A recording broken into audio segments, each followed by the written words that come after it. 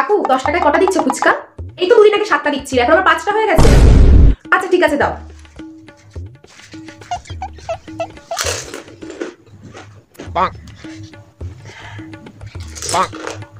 এই নাও টাকা।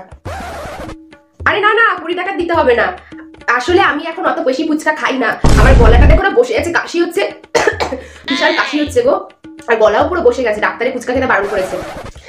এই তো বিয়ে বাড়িতে ফুচকার স্টল দিয়েছে, আর আমিও এসে গেছি একদম সন্ধ্যে সন্ধ্যে, সব কিছু আগে স্টার্টার খাবো, তারপরে রাত্রে গিয়ে জম্পেশ করে মেন কোর্সটা খাবো।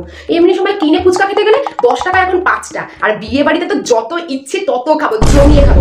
আসুক না কেউ কিছু বলতে, এমন কেন মারবো যতক্ষণ আমি খাবো, কাউকে আসতেই দেবো না। ও কাকু ফুচকাটা দাও তো একটু।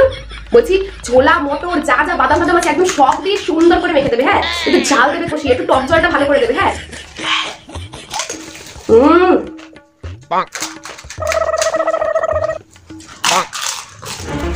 আরে বাবা তুমি সরো না, তখন থেকে তো তুমিই খেয়ে যাচ্ছ, আমরা কি আর খাবো না? অনুষ্ঠান বাড়ির সব ফুচকা মানে তুমি একাই খেয়ে নেবে। বেশ কয়েকদিন খাচ্ছি, তোমাদের কি, তোমাদেরটা খাচ্ছি, আমি বিয়ে বাড়িতে এসে আমি খাচ্ছি ফুচকা, আর কোথায় আমি এত বেশি ফুচকা খাচ্ছি, মাত্র 49টা খেয়েছি, এখনো 50টা খাবো, তারপরে করবো।